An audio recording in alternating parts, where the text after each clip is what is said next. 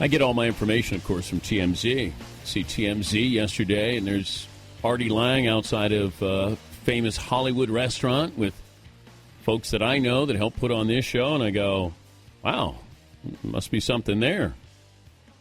Artie Lange and Nick DiPaolo did a radio show last week, and Artie always loved his sports knowledge and enthusiasm, big Yankee fan, and, of course, a former member of the Howard Stern Show. So I saw that Artie may want to get back into radio, or the possibility, and I said, man, him and Nick doing some sports, that would be good. And Artie Lange joining us now. How you been, Artie? Dan Patrick with the whiff. How are you? I've been good lately. Stuff's all right now. But you're feeling good? Yeah, I do. I feel great. I feel like a new person, which I definitely needed some repairs for a long time. But I feel fantastic. At what point did you say, I think I'm now ready to get on with my life or do something, get back into radio? Was there a moment where you said, all right, I feel pretty good now?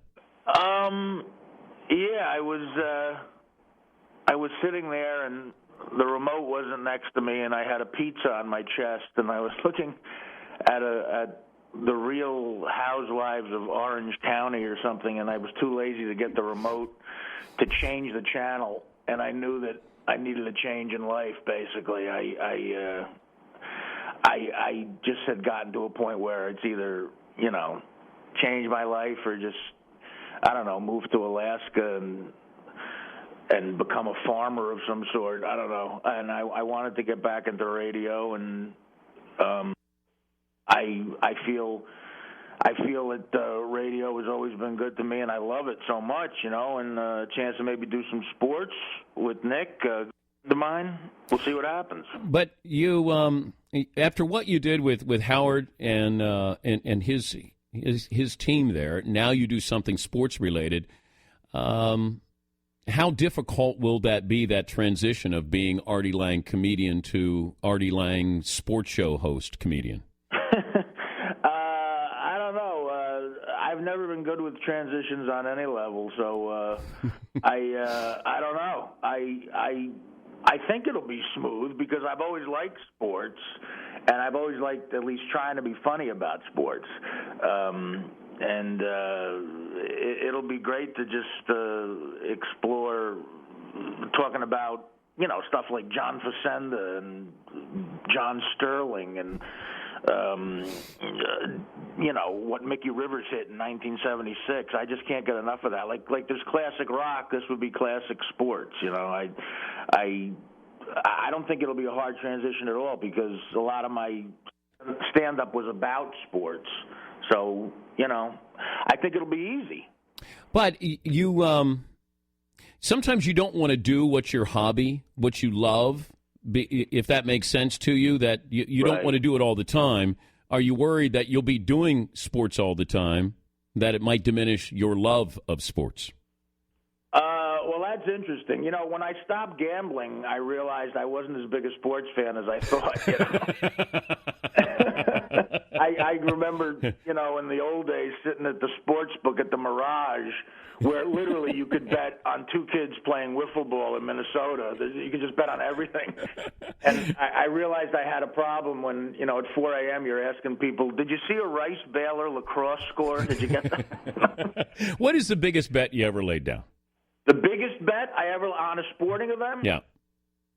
I had on the first Tyson Holyfield fight, I had $25,000 down on that, and I lost. I bet on Tyson. That was bad. That was bad because the odds weren't with me. I ended up losing like $75,000. Yeah, because people will say, well, how much have you lost? And you tell them how much you've lost, but it depends on how much you make, too. Right. Yeah, so you could, if you lose 75 and you're making 100, then that's a pretty big loss there. Yeah, what good with me with gambling was, as I started to make more money in life, I wasn't willing to go that next route. I had a bigger gambling problem.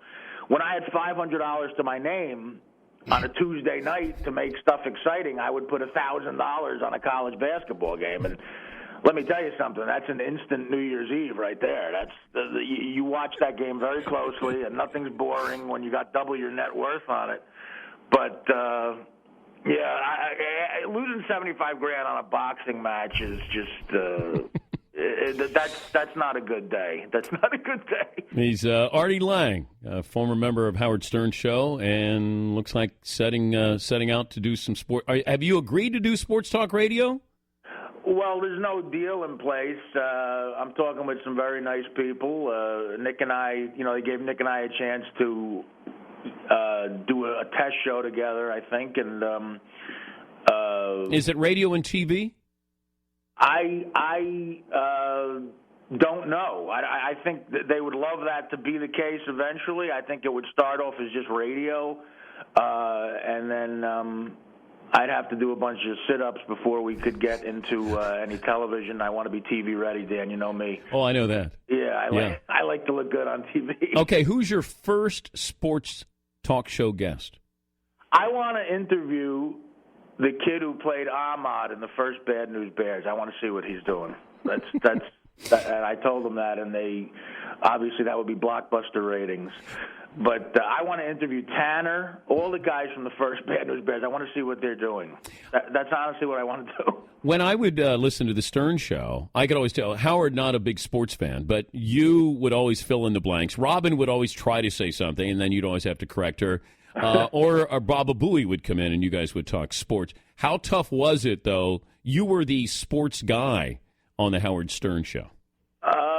It wasn't tough because Howard can make anything interesting. That's just the talent he has, and he would always put his slant on sports. And if there were any details that needed to be filled in, I would try to do that. So it was just always fun. I remember, if we interviewed a sports figure, he would put the Howard Stern interview on a guy like, Johnny Damon or something would come on and talk about Gary's first pitch at the Met game or something, and Howard would make it an interesting interview that you never heard before because, people are busy asking Johnny Damon about mundane stuff that you've heard 2 million times. So I always had fun with sports, and I would always talk about my gambling on the show, and for years it was a big running joke because I would always bet against Tiger Woods. I would bet the whole field, and I happened to do that during his run where he won eight majors in a row. And the show was about honesty, and I'd be honest, and it was fun to talk about. It wasn't hard to talk about sports on the show. It wasn't hard to talk about anything on the show. What do you miss most about the Stern Show? Just having fun on the air. I miss it more than anything in the world. It was just so much fun to hang out with those guys. You forgot that you were on radio sometimes. There'd be times we'd be laughing so hard that we'd almost start crying at stuff. And, who gets that at work? And I did that for 9 years, and, I blew it because of my lifestyle. But my biggest regret is that I didn't take the steps that made me get better, 10, 20 years ago. But you can't look back. You got to look forward. That show was just a blast. The only part of it that remotely felt like work was getting up early. You got to get up like you had a paper route. But the rest was just fun. Any chance that you would go back? I would love to. I would do any. If Howard wanted me to, I would vacuum the studio. I would do anything they wanted. But, I put them in a very, very crazy position, and I understand their apprehensions. I just get it, And Howard's a smart guy, and I think when he feels the time is right, maybe I'll go on there. But I would do it in a heartbeat. Obviously, I miss it, but. It's up to them, and I understand their position completely. They're smart over there. They know what they're doing radio-wise, Have you reached out to them, or they reached out to you? We've talked. Well, both has happened. Howard called me a bunch of times when I was going through the hardest parts of my ordeal and was always really nice. And he called me when I was in a psych ward once, which was there was a kid in there that was a crystal meth addict, and he was a big Stern Show fan. And he happened to answer the phone when Howard called, and he came up to my room and he goes, "Artie, Howard's on the phone. Howard's on the phone." I'm sitting there talking to Howard Stern in a psych ward, and I said, "Well, my life has taken a few bad turns, I guess." Well, you're live to tell it, Artie. Yeah, there's a lot of guys in comedy that were good friends of mine who I don't know if you heard. Well, you know a guy named Greg Giraldo. Yeah, died recently. I was friendly with him, and that was an eye opener when he went. You know, he was just an amazing talent, and I decided I want to stick around for a while, and that's a good feeling. Well, hopefully any help that I or we can give you with making it happen with you and Nick doing a sports show, stay in touch. Thanks, Dan. I'll be calling you later then. I'll call you every day at home if that's all right. That's okay. It's fine. And maybe we could go to a Yankee game. I got a question for you. How does it make you feel that you invented this type of performer on ESPN, and now everybody just does like a Dan Patrick impression? I mean, every single guy they have on SportsCenter now tries to do what you sort of originated. Does that aggravate you at all?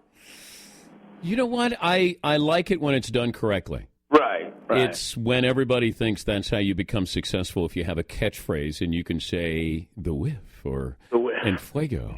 That we did that to entertain ourselves. Right. It's sort of like, in a bigger picture, Howard Stern looking at every morning show that is trying to emulate him. He has to look at it and go, "Come on, guys!" But there are guys who do it right, do it correctly, who are entertaining. Right. Sort of how I view it in a watered down version, lesser version.